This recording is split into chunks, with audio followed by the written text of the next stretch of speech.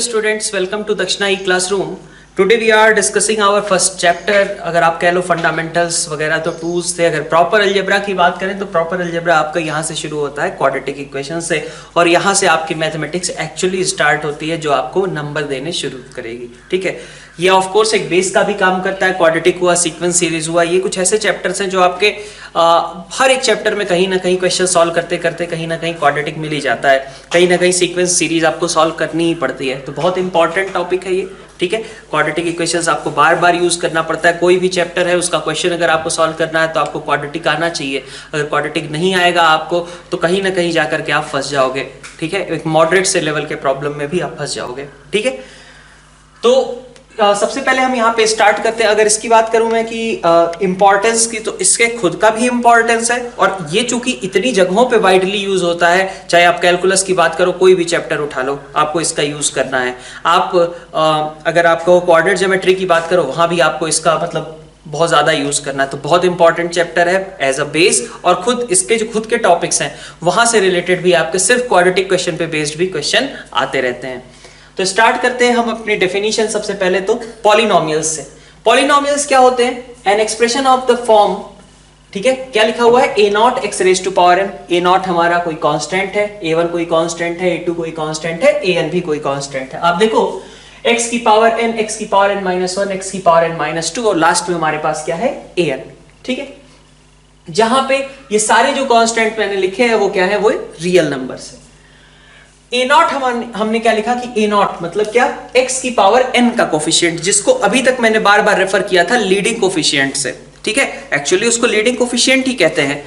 वो leading coefficient हमारा यहां पे कैसा होना चाहिए? नॉन जीरो होना चाहिए. ठीक है, और n की बात करें, जो n था यहां पे पावर में जो लिखा हुआ है n है, वो n कैसा होना चाहिए? वो n होल नंबर होना चाहिए. अगर n हमारा होल नंबर है और ये सारे कांस्टेंट्स कुछ लिखे हुए हैं, कुछ रियल नंबर्स लिखे हुए हैं, जहां पे ए नॉट मेरा कैसा है? नॉन जीरो है. ठीक है, ऐसा नहीं कि अब x की पावर n के साथ जीरो, मतलब तुम्हारे पास लिखा हुआ था 0 इंटू एक्स.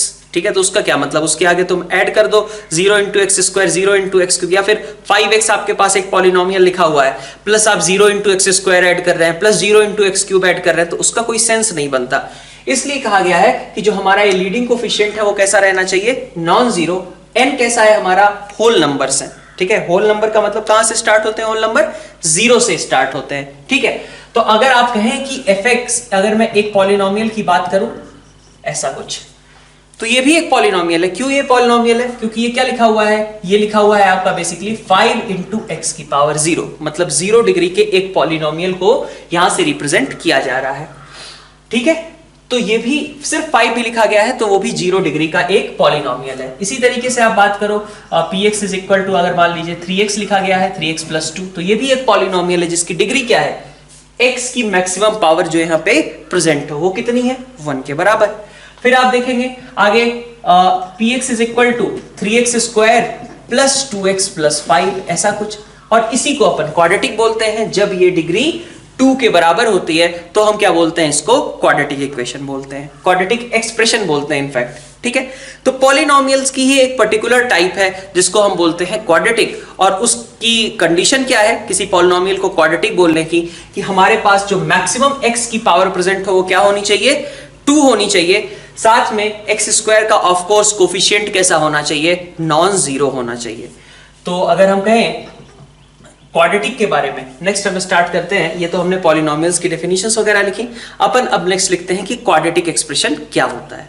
ये क्वाड्रेटिक एक्सप्रेशन क्या होता है? बस हमने क्या किया, यहाँ पे n की जगह पे 2 रख दिया, तो आपके पास क्या टर्म्स आएंगी? ax स्क्वायर होगा, bx होगा और c होगा, मतलब x स्क्वायर की टर्म होगी, x की टर्म होगी और एक कांस्टेंट टर्म होगा. तो हमने कहा कि अगर हम किसी ax square plus bx plus c type का एक्सप्रेशन लिखते हैं जहां पे a मतलब x स्क्वायर का कोफिशिएंट जो है वो हमारा नॉन जीरो है, तो उसको हम क्वाड्रेटिक एक्सप्रेशन कहते हैं. क्या कहते हैं हम? Quadratic expression. ये ax square plus bx plus c क्या है? क्वाड्रेटिक एक्सप्रेशन है, इक्वेशन नहीं, ध्यान देना, एक्सप्रेशन इसको बोलेंगे. ठीक है, तो ये एक हमारा क्वाड्रेटिक एक्सप्रेशन है x के टर्म्स में, where a b and c are constants. इस बात का क्या मतलब है? a b c are constants, मतलब a b c जो लिखे हुए हैं वो हमारे x के टर्म्स में नहीं है. अब ऐसा अगर मान लो a को मैं लिख दूं x, तो x और x स्क्वायर मिलकर x क्यूब हो गया ना. तो फिर क्वाड्रेटिक कहां बची? तो इसीलिए कहा गया है कि एबीसी हमारे कांस्टेंट्स हैं। तो कांस्टेंट्स कहने का मतलब है कि ये जो एबीसी हैं वो कैसे हैं? बेसिकली इंडिपेंडेंट ऑफ एक्स, मतलब इनमें एक्स की टर्म नहीं इन्वॉल्व होनी चाहिए। इनमें अल्फा है कोई दिक्कत नहीं, इनमें कुछ पी लिखा है क्यू लिखा है कोई मतलब नहीं, लेकिन हम एक्स के टर्म्स में क्वाड्रेटिक लिख रहे हैं ना, इसको क्वाड्रेटिक एक्सप्रेशन बोल रहे हैं हम इन टर्म्स ऑफ एक्स। वो एक्स नहीं होना चाहिए इन कोफिशिएंट्स ए बी सी में। तो ए बी सी जो है वो कांस्टेंट्स हैं। कांस्टेंट्स कहने का मतलब ऐसा नहीं है कि 3, 5, 2 यही कांस्टेंट्स हैं, ठीक है। अगर मैं ए की जगह पे साइन अल्फा रख दूं तो वो भी एक कांस्टेंट है, क्योंकि किस रेफरेंस में बात की जा रही है कांस्टेंट की वो समझिएगा। क्या कहा जा रहा है? इंडिपेंडेंट ऑफ एक्स, मतलब एबीसी को कैसा होना चाहिए? एक्स के टर्म्स में नहीं होना चाहिए, बाकी कुछ भी रहे एबीसी की जगह पे हमेशा एक क्वाड्रेटिक एक्सप्रेशन ही बनेगा, ठीक है। तो खैर अपन क्वाड्रेटिक और पॉलिनोमियल की डेफिनेशन हमने अभी तक देख ली, ठीक है। लीडिंग कोफिशिएंट अगर यहां पे कहें तो आप क्या बोलेंगे? ए को लीडिंग कोफिशिएंट बोलेंगे। कहीं और आगे बढ़ने के पहले अपन डिस्कस कर लेते हैं एक दो टर्म्स जो आपको थोड़ा सा लैंग्वेज में कंफ्यूजन मिलती है कई बार। डिफरेंस होता है इन दो टर्म्स के बीच में, रूट्स एंड सॉल्यूशंस, ठीक है। रूट्स की बात करें और सॉल्यूशन की बात करें तो दोनों अलग अलग चीजें होती हैं। रूट्स का मतलब क्या है और सॉल्यूशन का मतलब क्या है वो हम एक बार को डिस्कस करते हैं। देखिए रूट्स का मतलब क्या होता है? जब मान लो कि जैसे मैंने एक इक्वेशन ली x, बहुत ध्यान से देखना, यहाँ पे कंफ्यूजन थोड़ी देर तक रहती है लोगों को, फिर धीरे धीरे क्लियर हो जाएगी, बट ऐसी कोई अपन चाहते हैं कि शुरुआत में ही क्लियर हो जाए, क्यों टाइम वेस्ट करना। तो अगर मान लो ये एक इक्वेशन मैंने लिखी x - 1 whole square equal to 0, तो x - 1 whole square equal to 0 के लिए आप क्या बोलोगे कि इसके रूट्स कितने आएंगे? 2 रूट्स आएंगे ना भाई। आप यहां से क्या बोलोगे कि x - 1 इक्वल टू 0, ये कितनी बार हो रहा है? 2 बार हो रहा है ना। तो आप बोलोगे कि x इज इक्वल टू कितना? 1, 1, ठीक है। तो इसका मतलब आप क्या बोलोगे कि इसके 2 रूट्स एग्जिस्ट करते हैं, और दोनों रूट कितने हैं? 1 और 1 है। पहला रूट क्या है? 1, दूसरा रूट क्या है? 1, ठीक है। लेकिन अगर मुझसे कहा जाए सॉल्यूशंस क्या होंगे, तो सॉल्यूशन सिर्फ एक ही होगा, सॉल्यूशन सिर्फ एक ही होगा। ये दोनों रूट्स हैं, मतलब अगर कहा जाए इस इक्वेशन के कितने रूट्स हैं तो 2 रूट्स हैं, और कहा जाए इस इक्वेशन के सॉल्यूशन कितने हैं तो ओनली 1 सॉल्यूशन है। क्यों? क्योंकि एक ही नंबर था ना ये। आप ऐसे समझो इसको, थोड़ा सा और फिर से डिस्कस करते हैं। x - 1 होल स्क्वायर, ठीक है, बल्कि x - 1 raise to power 5, x - 3 whole square is equal to 0। 1 की जगह मैं कुछ और लिख लेता हूं, मान लो यहां पे लिख लिया अभी मैंने 2, ठीक है, या फिर 4 लिख लेते हैं, ठीक है। x - 4 raise to power 5, x - 3 whole square equal to 0। इसके कितने रूट्स आएंगे? अगर मुझसे ये कहा जाए तो आप क्या बताओगे कि 4 आएगा कितनी बार? 5 टाइम्स आएगा। तो अगर मुझसे कहा जाए रूट्स लिखो तो मैं क्या लिखूंगा? एक रूट 4 है, फिर 4 है, फिर 4 है, फिर 4, 4 है ना। और 3 के बारे में बात करूं तो 2 बार मैं 3 को भी लिखूंगा। तो अगर कहा जाए कि कितने रूट्स हैं तो ये सभी उसके रूट्स हैं। कितने रूट्स हैं हमारे पास? 7 रूट्स हैं, ठीक है। लेकिन अगर कहा जाए सॉल्यूशन कितने हैं तो सॉल्यूशन के लिए आप देखो इन 4 को 5 बार लिखने की जरूरत नहीं है। आप लिखोगे सिर्फ एक सॉल्यूशन 4 है मेरा, एक सॉल्यूशन मेरा 3 है, मतलब ओवर का ऑल कहा जाए तो सिर्फ 2 ही सॉल्यूशंस एग्जिस्ट करते हैं। ये ध्यान देना, इस पे काफी बार सिली मिस्टेक्स होती हैं कि हमारे पास रूट्स कहा जा रहा है कि या सॉल्यूशन कहा जा रहा है। ये बात आपको ध्यान में पता होनी चाहिए। जब हम रूट्स की बात करते हैं तो रूट्स का मतलब रिपीटेटिव चीजों को हमें अलग अलग काउंट करना है। यहां पे मैं अब जो बात बोल रहा हूं वही पूरे इस टॉपिक का क्रक्स है। क्या? जब हमारे पास रिपीटेड चीजें लिखी हैं, ठीक है, उन चीजों को अलग अलग काउंट करेंगे हम रूट्स के टाइम पे। डिस्टिंक्ट मतलब जरूरी नहीं है, जैसे ये 4 5 टाइम्स लिखा था तो इनको 5 टाइम्स काउंट करना है, 3 को हमें 2 टाइम्स काउंट करना है। तो हमारे पास रूट्स जो होंगे वो सारे अलग अलग हम काउंट करेंगे। रिपीटिशन हो रहा है नहीं हो रहा है हमें कोई फर्क नहीं पड़ता। लेकिन जब मैं सॉल्यूशन की बात करूंगा तो सॉल्यूशन में मैं इस रिपीटिशन को बार बार नहीं लिखूंगा। सॉल्यूशन में मैं सिर्फ एक ही बार टर्म लिखूंगा 4, एक बार टर्म लिखूंगा 3, बस। तो सॉल्यूशन में हमारे पास कहें तो 2 ही सॉल्यूशंस होंगे, और रूट्स कहें तो हमारे पास 7 रूट्स हो गए। तो आपको अगर स्टेटमेंट कहा जाए तो आप इसको ऐसे याद रखने का ट्राई कीजिए कि डिस्टिंक्ट रूट्स, ठीक है, distinct roots are considered, distinct roots are considered as solutions, ठीक है। जो अलग अलग रूट्स होते हैं उनको कंसीडर किया जा सकता है एज अ सॉल्यूशन। ये बात आपको ध्यान में होनी चाहिए, ठीक है। जैसे आपको एक और एग्जांपल के थ्रू मैं समझाने की कोशिश करता हूं। जैसे मेरे पास कहा गया x minus 5 whole cube, x minus 2 raise to power 4, x minus 3 raise to power 7 is equal to 0। ठीक है, या फिर इसको भी 1 लिख देता हूं मैं। ये हमारे पास मान लो इक्वेशन बोली गई। इसके कितने रूट्स होंगे? तो 5 हमारा कितनी बार आएगा? 3 टाइम्स आएगा। 2 हमारा कितनी बार आएगा? 4 टाइम्स आएगा। और 1 हमारा कितनी बार आएगा? 7 टाइम्स आएगा। ठीक है क्या? 5 हमारा कितनी बार है? 3 टाइम्स। ठीक है, 2 कितनी बार है? 4 टाइम्स। और 1 कितनी बार है? 1 है हमारा 7 टाइम्स। तो आपके पास टोटल कितने रूट्स एग्जिस्ट किए? 3 + 4 + 7, मतलब टोटल 14 रूट्स एग्जिस्ट किए आपके पास। रूट्स कितने हुए? 14। लेकिन आप कहें सोल्यूशन कितने हुए, तो डिस्टिंक्ट चीजों को केवल कंसीडर करो। 5 सिर्फ एक बार काउंट होगा, 2 सिर्फ एक बार ही काउंट होगा, और 1 भी सिर्फ एक बार ही काउंट होगा। इसलिए हमारे पास कहें सोल्यूशन कितने आए? 3 सॉल्यूशंस ओनली। कौन कौन से हैं वो सोल्यूशन? तो 5 है, 2 है और 1 है। रूट्स की बात करें तो लिखते जाओ। 5 को 3 बार लिखो, फिर 2 को 4 बार लिखो, 1 को 7 टाइम्स लिखो, वो सभी रूट कहलाएंगे। लेकिन सोल्यूशन क्या होगा? हमें बार बार सोल्यूशन में हमें एक ही टर्म बार बार लिखने की जरूरत नहीं है। रूट में हमें एक ही चीज बार बार लिखने की जरूरत है, सोल्यूशन में हमें एक ही चीज बार बार लिखने की जरूरत नहीं है। उसको सिंगल सिंगल ही काउंट किया जाएगा सोल्यूशन के टाइम पे। तो आप ओवरऑल देखना चाहो तो ऐसे इसको कोरिलेट करके बता सकते हो कि आपके पास number of roots number of solution के कंपैरिजन में देखें तो हमेशा ज्यादा रहेंगे। ठीक है, नंबर ऑफ रूट्स जो है या तो ज्यादा रहेंगे या तो बराबर हो सकते हैं। ठीक है, नंबर ऑफ रूट्स हमेशा ज्यादा रहेंगे या बराबर हो सकते हैं नंबर ऑफ सोल्यूशन के। जैसे आप एक बार को x - 1 = 0 है, या फिर आपके पास एक दिया हुआ है x - 1 × x - 2 = 0। तो अब आप बताइए इसके सॉल्यूशंस कितने हैं? 2 सॉल्यूशंस हैं, 1 और 2। रूट्स कितने हैं? 1 और 2, 2 रूट्स हैं। कोई रिपीटिशन था ही नहीं, तो कोई फर्क ही नहीं पड़ा ना। रूट्स और सॉल्यूशंस दोनों सेम बातें हो गई। लेकिन जब रिपीटिशन हो रहा होगा तब हमारे नंबर ऑफ रूट्स ज्यादा होंगे, नंबर ऑफ सॉल्यूशंस हमारे पास कम हो जाएंगे। सॉल्यूशन और रूट्स में जैसे हमने डिफरेंस देखा, वैसे ही एक और कंफ्यूजन इक्वेशन और आइडेंटिटी के बीच का, उसके बारे में भी मैं अभी डिस्कस कर लेता हूं। हो सकता है बहुत सारे लोगों को इस बारे में पता हो, बट फिर भी अपन एक बार खुद देख लेते हैं।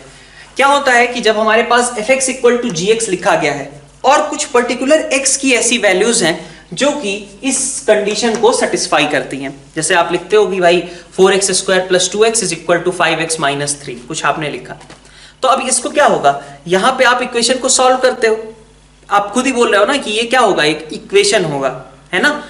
तो क्या होता है ये, ऐसा तो नहीं है ना कि हमने यहां पे लिख दिया 4x² + 2x और राइट साइड में लिख दिया मैंने 5x - 3, ये दोनों क्वांटिटीज हमेशा बराबर होंगी, ऐसा तो नहीं है। x की हर एक वैल्यू के लिए दोनों आपस में बराबर हो, ऐसा तो नहीं है।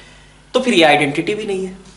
अगर हर x की वैल्यू के लिए लेफ्ट साइड और राइट साइड हमेशा बराबर आ जाए तो इसका मतलब ये क्या हो जाएगा, हमारा आइडेंटिटी हो जाएगा। ठीक है, जब x की कुछ वैल्यूज fx = gx वाली कंडीशन को मीट करें, कौन सी वैल्यूज होंगी, तो ऑफ कोर्स अब आप लेफ्ट साइड लेकर के आओगे, इक्वेशन बन गई, उसके रूट्स निकालोगे, यही करते हो आप।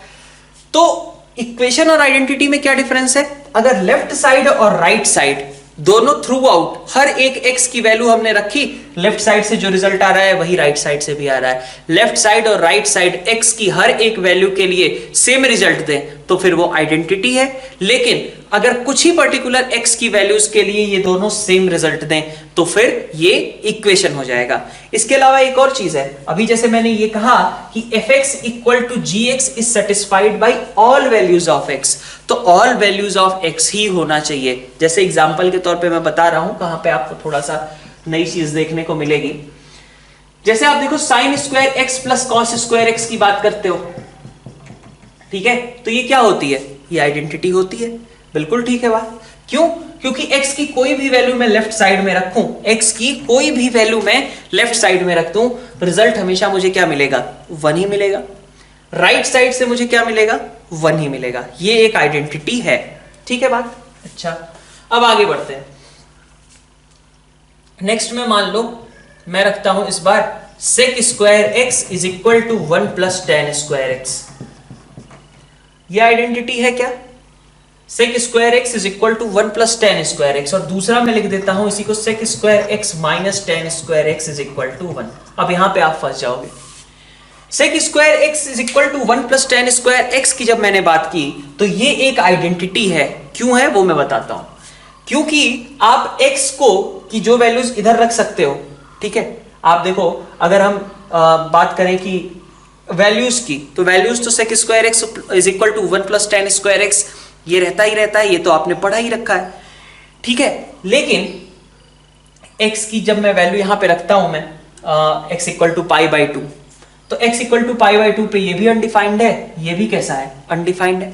Ten square pi by to, exact pi by two तो क्या होगा, इन्फिनिटी होगा, मतलब उसको क्या बोलते हैं हम, अनडिफाइंड बोलते हैं। तो x equal to pi by two पे क्या है, अनडिफाइंड है। तो राइट साइड भी अनडिफाइंड है, कोई दिक्कत नहीं है ना। लेफ्ट साइड भी x equal to pi by two पे, लेफ्ट साइड को भी दिक्कत थी, राइट साइड पे भी x equal to pi by two को दिक्कत थी। तो x की जो भी वैल्यू हम लेफ्ट साइड में यूज कर रहे हैं वही वैल्यू हम राइट साइड में भी यूज करेंगे। ऐसा तो नहीं करेंगे ना कि यहां पे हम पाई बाई टू नहीं रख सकते तो यहां पे रखने लग जाए, ऐसा तो नहीं करेंगे। तो यहां पे आप देखें कि जो हमारे पास लेफ्ट साइड का एक्सप्रेशन है और राइट साइड का एक्सप्रेशन x की हर एक पॉसिबल वैल्यू के लिए करेक्ट है। पॉसिबल वैल्यू का मतलब क्या हो गया कि पाई by two, 3 pi by to, 5 pi by to, minus pi by to, ऐसे पॉइंट्स को हम एक्सक्लूड कर दे रहे हैं। तो हमसे ये कहा गया कि जब आप x की जगह पे पाई बाई टू रखोगे, 3 पाई बाई टू रखोगे, तो चलो आपका लेफ्ट साइड तो अनडिफाइंड हो जाएगा, रख ही नहीं सकते, मतलब x equal to pi by two, 3 pi by two left side में रख ही नहीं सकते। तो आपको एक और बात पता चली कि कोई दिक्कत नहीं, मेरा राइट साइड में भी x equal to pi by two रखने में दिक्कत थी, ठीक है। तो इसका मतलब क्या हुआ, जो चीज यहां पे वैलिड है, x की जो वैल्यूज लेफ्ट साइड के लिए पॉसिबल है वही वैल्यूज केवल राइट साइड के लिए भी पॉसिबल है। तो अगर मैं कहूं आइडेंटिटी का एक लाइन में मतलब क्या होता है, तो आइडेंटिटी का एक लाइन में मतलब यह है कि जब हम ये जो इक्वालिटी आपको दिख रही है उसके लेफ्ट साइड का ग्राफ अगर बनाएं और राइट साइड का ग्राफ अगर बनाएं तो दोनों ग्राफ एकदम एग्जैक्ट ओवरलैप करने चाहिए। कोई भी ऐसा पॉइंट नहीं होना चाहिए, एक पॉइंट का भी डिफरेंस हो गया तो फिर मतलब दो आइडेंटिटी नहीं रह जाएगी, ठीक है। और यही दिक्कत यहां पे आती है, क्या आती है कि जब आप x equal to pi by two ना तो लेफ्ट साइड के ग्राफ के लिए वैलिड है ना तो राइट साइड के ग्राफ के लिए वैलिड है। वहीं पे अगर मैं बात करूं इधर, ठीक है, इसकी बात करूं, मतलब मैं अगर यहां पे ग्राफ बनाने जाऊंगा ऊपर वाले टर्म का, तो मैं x equal to pi by two पे लेफ्ट साइड को भी नॉट डिफाइंड बताऊंगा और राइट साइड को भी नॉट डिफाइंड बताऊंगा, ठीक है। लेकिन अगर मैं नीचे वाले ग्राफ की बात करूं, नीचे वाले ये एक्सप्रेशन को अगर ड्रॉ करूं इसका लेफ्ट साइड, तो लेफ्ट साइड में मैं x को पाई बाई टू नहीं रख सकता। मतलब इधर में अगर हम कहें तो यहां पे हम x को पाई बाई टू नहीं रख सकते हैं, ठीक है। क्योंकि अगर मैं इसका ग्राफ एक तरीके से आपको दिखाने का ट्राई करूं तो कैसा होगा, जब भी ये डिफाइंड होगा तो वैल्यू तो 1 ही देगा ना, sec square minus tan square. तो हम ये दिखा देते हैं, पहले मान लो ये 1 को फॉलो कर रहा था, लेकिन जब पाई बाई टू आया तो अनडिफाइंड हो गया। फिर पाई बाई टू से पाई के बीच फिर से, ठीक है, सॉरी पाई नहीं, पाई पे तो कोई दिक्कत नहीं थी, इसे 3 पाई बाई टू पे फिर से अनडिफाइंड हो जाएगा। फिर आगे 3 पाई बाई टू से 5 पाई बाई टू तक फिर से अनडिफाइंड, मतलब 5 पाई बाई टू पे अनडिफाइंड हो गया, बीच में थ्रू आउट कैसा था, 1 था।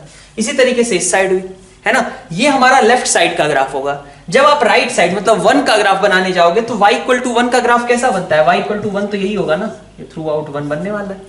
अब देखो दोनों में क्या दिक्कत हुई, ये वाले ग्राफ और ये वाले ग्राफ में डिफरेंस है, किसका, इन सर्कल्स का, और सिर्फ इन्हीं सर्कल्स का डिफरेंस होने की वजह से ये आइडेंटिटी नहीं रह गई।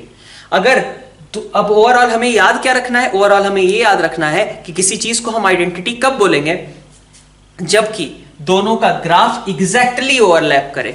अगर दोनों के ग्राफ में जरा सा भी डिफरेंस आया तो फिर हमारे पास वो जो भी एक्सप्रेशन लिख रखा है वो आइडेंटिटी नहीं रह जाएगा, फिर वो इक्वेशन हो जाएगा, ठीक है बात। अगर ग्राफ्स एग्जैक्टली ओवरलैप कर रहे हैं तो फिर वो एक आइडेंटिटी को रिप्रेजेंट कर रहे हैं। तो अगर हम देखें कि यहाँ पे जितने भी अभी तक हमने टॉपिक्स कवर किए, डिफरेंस बिटवीन रूट्स की बात, sorry difference between roots and solution, इसी तरीके से इक्वेशन एंड आइडेंटिटी, तो ये मतलब कुछ कॉमन टर्म्स हैं जो कि हम यूज करेंगे। तो एक बार को हमने केवल उसका सेंस ले लिया है कि किस टर्म को क्या बोलना चाहिए, बस ऐसी टर्मिनोलॉजी जैसा था अभी तक का पार्ट, ठीक है। तो क्वाड्रेटिक के जितने ये पोर्शन है, इसके बाद का अपन हिस्सा देखते हैं। तो आपके पास किस तरीके के क्वेश्चंस आ सकते हैं, जैसे एक टाइप का क्वेश्चन आपके पास बनता है कि आपको कोई एक वैल्यू दे दी जाए और कहा जाए कि ये क्या क्वाड्रेटिक के रूट्स हैं या फिर क्वाड्रेटिक के जीरोस हैं या नहीं है। तो उसका मतलब क्या होगा, आपको एक्स की उन वैल्यूज को रखना है और फिर क्रॉस चेक करना है कि क्या उनपे वैल्यू ऑफ क्वाड्रेटिक पॉलिनोमियल वो 0 के बराबर होता है या नहीं होता है। जैसे कि अपन अगर क्वेश्चन से इसको एक बार देखने की कोशिश करते हैं, जैसे मान लीजिए कहा जाए कि find the values of P and Q. ठीक है, सिंपल सा है, आप इस तरीके की चीजें पॉलिनोमियल में भी कर चुके हो, तो उसको ही अपन कवर कर रहे हैं। Find values of P and Q, ठीक है, for which x equal to 3/4, for which x equal to 3/4 and x equal to -2 are roots of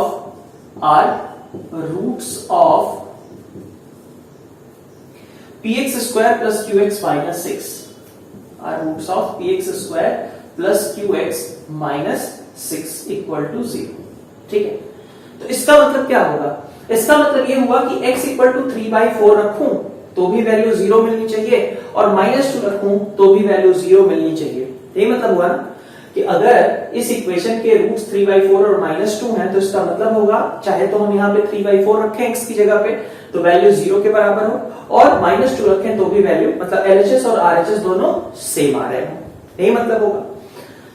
तो अपन क्या कर सकते हैं, सीधा सीधा रखा हमने कि अगर x इक्वल टू मान लो 3/4, इसको रूट होना है तो x की जगह 3/4 पुट कर दें, p इंटू 3/4 का स्क्वायर मतलब 9/16 plus q into 3/4 minus 6 equal to 0। तो अगर हमने इसका एलसीएम ले लिया तो ये बन गया 9p प्लस 12q माइनस 24। ठीक है, 24 बनेगा क्या? नहीं, 72 बनेगा शायद, नहीं सॉरी, 16 मल्टीप्लाई किया, 16 मल्टीप्लाई किया 96। ठीक है, तो 3p plus 4q minus 32 is equal to 0। ये आपकी पहली इक्वेशन होगी इस तरीके से। और x इक्वल टू -2 अगर इसका एक रूट होगा तो x इक्वल टू -2 रखने पे भी वैल्यू 0 के बराबर आनी चाहिए। तो -2 रख दीजिए, क्या बनेगा? p इंटू -2 का whole square plus q into -2 minus 6 equal to 0। ठीक है, तो आपके पास इक्वेशन क्या बन गई? 4p minus 2q minus 6 is equal to 0। अगर 2 से हम डिवाइड कर दें तो this will give you 2p minus q is equal to 3। तो आपकी सेकेंड इक्वेशन ये है। अब इन दोनों इक्वेशन से आपको p और q निकाल लेना है। तो कैसे निकालेंगे? साइमल्टेनियसली हमने pair of linear equation solve करना सीखा, तो अपन क्या कर सकते हैं, यहाँ पे सीधा रख सकते हैं, q की जगह रख देते हैं 2p माइनस 3। यहां से q की वैल्यू कितनी आ रही है? 2p माइनस 3 आ रही है, यहां पुट कर दीजिए। ठीक है, तो बनेगा क्या? 3p एज इट इज रहेगा, 4 इंटू q की जगह अपन क्या रखने वाले हैं? 2p minus 3। तो 2p minus 3 minus 32 is equal to 0। तो इक्वेशन क्या बन गई? 3p प्लस 8p 11p और minus 44 is equal to 0। So p की वैल्यू आपके पास आ गई 4। अगर p 4 है तो आपका q कितना निकल करके आ जाएगा? 5। तो p की वैल्यू 4 और q की वैल्यू 5 होगी। सिंपल सा क्वेश्चन, अपन इसको यहां से सॉल्व कर सकते हैं। ठीक है, अब आगे बढ़ते हैं। आपके पास कई बार इस तरीके का भी हो सकता है कि आपको कहा जाए आइडेंटिफाई करने के लिए कि क्वाड्रेटिक है या नहीं है। तो ऐसे केसेस का मतलब बस इतना ही है कि आप उसको एक्सपेंड करें, सिंप्लीफाई करें, है ना। तो आपके पास अल्टीमेटली वो ax square plus bx plus c equal to 0 बनाता है या नहीं बनाता है। जहां हमने आपको बता दिया है पहले ही कि इसको क्वाड्रेटिक केवल तभी कहेंगे जब a आपका नॉन जीरो हो, है ना, सेकेंड डिग्री होना चाहिए। तो इसलिए a आपका नॉन जीरो होगा, तभी आपका पूरा जो इक्वेशन है वो क्वाड्रेटिक कहलाएगा, क्वाड्रेटिक इक्वेशन कहलाएगा। ठीक है, इतनी बात ठीक। तो नेक्स्ट पोर्शन पे आगे बढ़ते हैं अपन।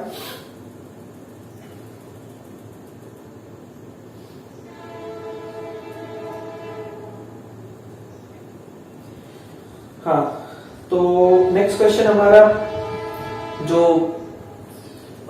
सॉल्यूशन इसका लिखा जाता है, क्वाड्रेटिक के सॉल्यूशंस किस तरीके से लिखे जाते हैं यूजिंग फैक्टराइजेशन मेथड। ठीक है, क्वाड्रेटिक के सॉल्यूशंस किस तरीके से लिखे जाते हैं, जैसे ax square plus bx plus c equal to 0 है, उसमें x की कौन सी वैल्यूज होंगी जबकि वो पूरा एक्सप्रेशन आपका 0 के बराबर हो जाए। जैसे हम कहते हैं कि हमारे पास मान लीजिए लिखा हुआ है x square minus 7x plus 10 equal to 0। तो हम यहाँ पे कह रहे हैं कि x इक्वल टू 2 रख करके हमें पता चल जाता है कि वैल्यू 0 है। ठीक है, x इक्वल टू 5 पे वैल्यू 0 है। तो ये 2 और 5 इस इक्वेशन से हम कैसे निकाल सकते हैं कि ऐसी x की कौन सी वैल्यूज हैं सो दैट कि LHS और RHS बराबर हो जाएं, अगर एग्जिस्ट करती हैं तो। हो सकता है कि कभी उस पॉलिनोमियल के कोई भी जीरोस हो ही ना, ये भी बात हमने पॉलिनोमियल के टाइम पे करी थी। तो पॉलिनोमियल के अगर जीरोस एग्जिस्ट करते हैं तो कौन से होंगे, इसकी बात हम यहाँ पे करने वाले हैं। तो उसके लिए आपके पास डिफरेंट मेथड्स हैं। एक मेथड है आपके पास फैक्टराइजेशन का, आप फैक्टराइजेशन करके भी उसको कर सकते हो।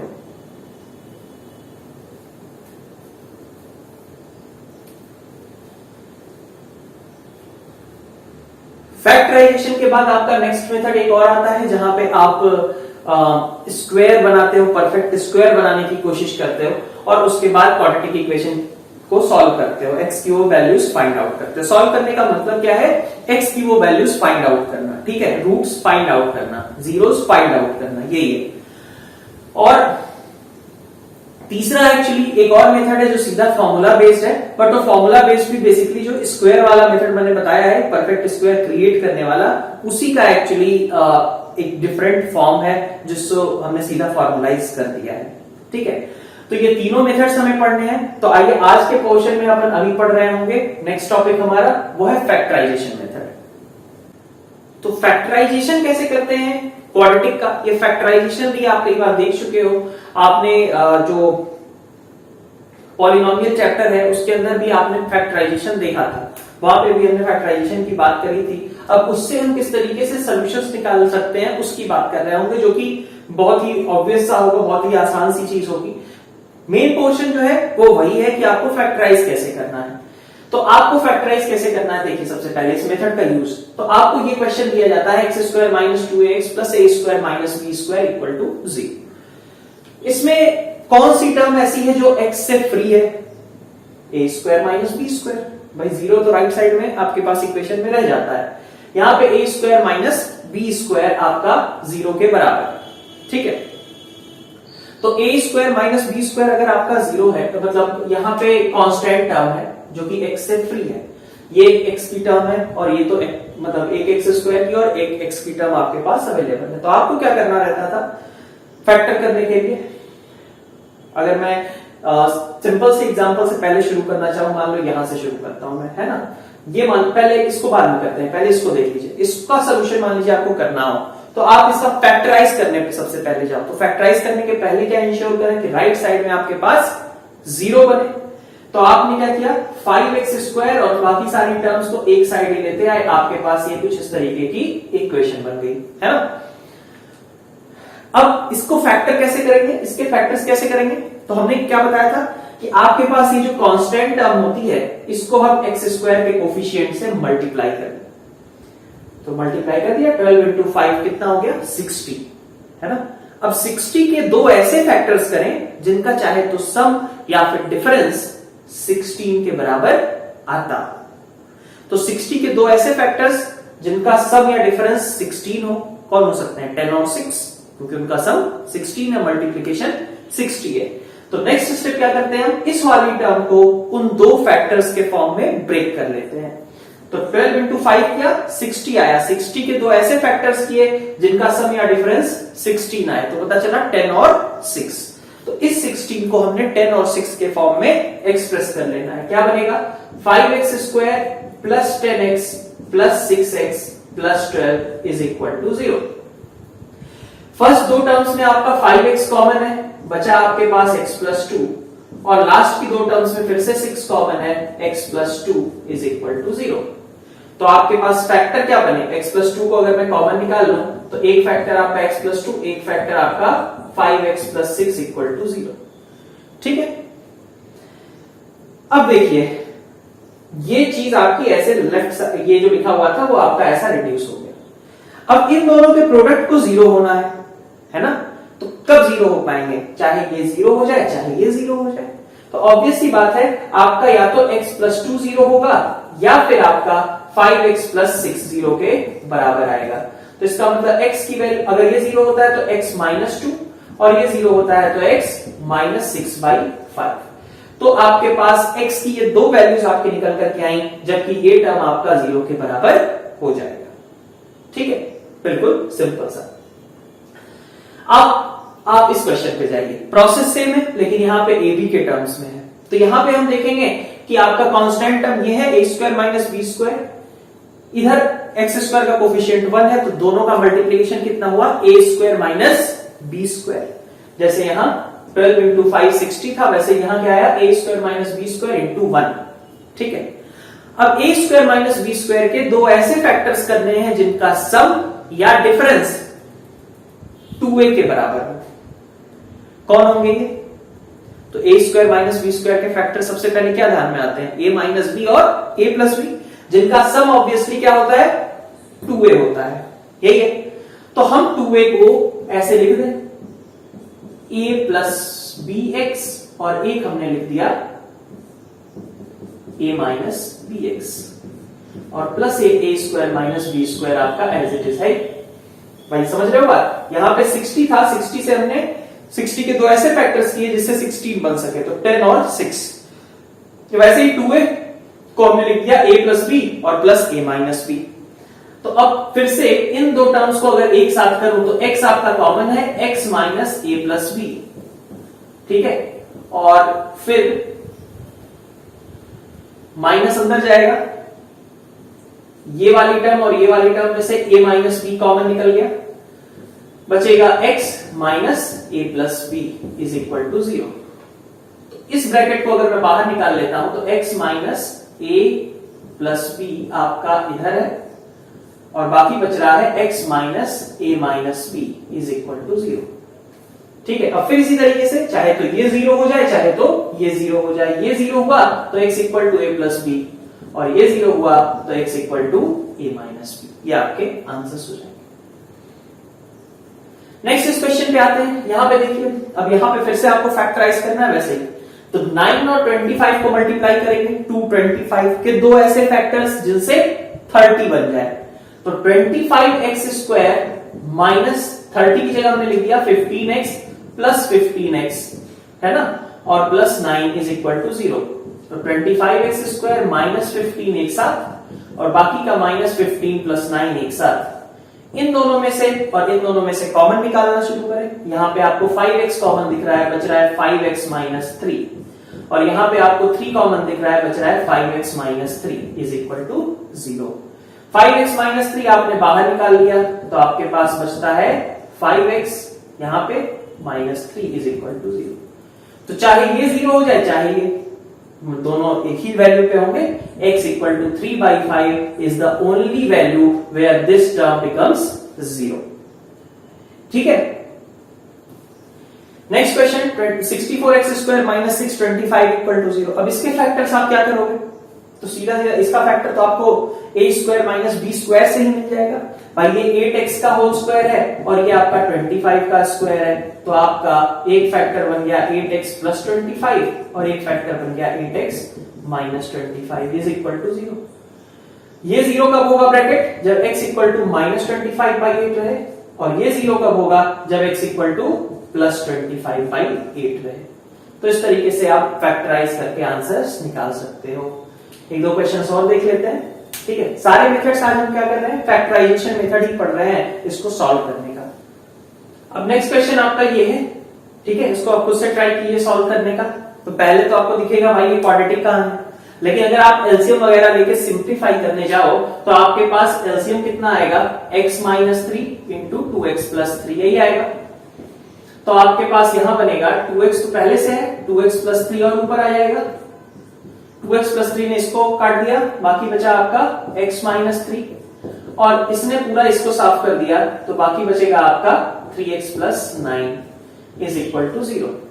ठीक है, तो अब आप देखें अगर, तो ये बन गया आपका 2x into 2x 4x square plus 6x plus x और 3x मिलके 4x हो गए, माइनस 3 और 9 मिलके 6 आ गए, है ना, divided by x minus 3 into 2x plus 3 is equal to 0। ठीक है, ऊपर वाली चीज देखें। अब इसको मान लो इधर भेज दोगे तो 0 के बराबर, और इधर बच जाएगा आपके पास अगर मैं ऊपर से 2 कॉमन ले लेता हूं तो 2x square plus 5x plus 3 is equal to 0, है ना। 2 भी हमने हटा दिया, यही इक्वेशन बची, है ना। 2 से एक तरीके से दोनों साइड डिवाइड कर दिया तो यही इक्वेशन बची। अब इसके आप फैक्टर्स कर सकते हैं। 3 into 2 किया 6 के दो फैक्टर्स जिनका सम या डिफरेंस 5 हो, तो 2x square plus 2x plus 3x plus 3 is equal to 0। अब फर्स्ट दो टर्म्स में देखें तो 2x आपका कॉमन है, बचा आपके पास x प्लस 1, और लास्ट दो टर्म्स में 3 कॉमन है, x plus 1 is equal to 0। तो दो यहां पे देख सकते हो x प्लस 1 आपका कॉमन हो गया, इधर 2x बचता है और इधर बचता है 3 इज इक्वल टू 0। तो x प्लस 1 या तो 0 होना चाहिए या तो ये 0 होना चाहिए। इसका मतलब x की दो वैल्यूज पॉसिबल हुई, -1 और ये 0 कब होगा, जबकि -3/2। अब यहां पे अगर आपने कह दिया कि ये दोनों आंसर्स हैं तो आप गलत हो गए। कैसे? अगर आप x को -3/2 रखते हो तो आपका ये टर्म 0 हो जाएगा डिनोमिनेटर में और ये टर्म 0 हो जाएगा, है कि नहीं है। तो डिनोमिनेटर में तो 0 होना नहीं चाहिए। इसका मतलब कि ये तो गलत आ गया, ठीक है। क्यों गलत आया? क्योंकि जब आपने इसको प्रोसीड किया, एलसीएम लिया, तो आपने इस डिनोमिनेटर की टर्म को तो गायब ही कर दिया, जबकि डिनोमिनेटर में 0 नहीं क्रिएट होना चाहिए था, है ना। तो इस वजह से ये एरर आपकी आई, बिकॉज x इक्वल टू -3/2 की वजह पे ये वैल्यूज आपकी 0 हो जाती। वो अब आप जब आपने डिनोमिनेटर हटा दिया तो आपको नहीं दिखेगा, है ना। तो इसलिए जो भी आंसर आए, ठीक है, उसको एक बार ओरिजिनल क्वेश्चन में क्रॉस चेक करके देख लें, स्पेशली तब जब आप स्क्वायर करके सॉल्यूशन निकाल रहे हो, ऐसे सिंपलीफाई करके निकाल रहे हो तब, ठीक है। सिंपल ये लिखा हुआ है तब थोड़ी ना कुछ क्रॉस चेक करने की जरूरत है, तब तो ऑब्वियस सी बात है, कोई रिस्ट्रिक्शन ही नहीं है। लेकिन ऐसे केसेस में क्या हो रहा है, ये एक ऐसी वैल्यू आ रही है जिसपे आपका डिनोमिनेटर 0 हो जाए, जो नहीं होना चाहिए, और इसलिए ये आपका रिजेक्ट हो गया। x equal to -1 will be the only solution for this question, ठीक है। तो ये आज के लेक्चर में हमने फैक्टराइजेशन मेथड पढ़ा है, ठीक है। नेक्स्ट लेक्चर में अपन स्क्वायरिंग वाला मेथड और साथ में जो फॉर्मूला बेस्ड है उसका, ठीक है, उसी से हमने जो फॉर्मूला डिराइव किया है उससे रिलेटेड क्वेश्चन सीखेंगे नेक्स्ट लेक्चर के साथ। Thank you all.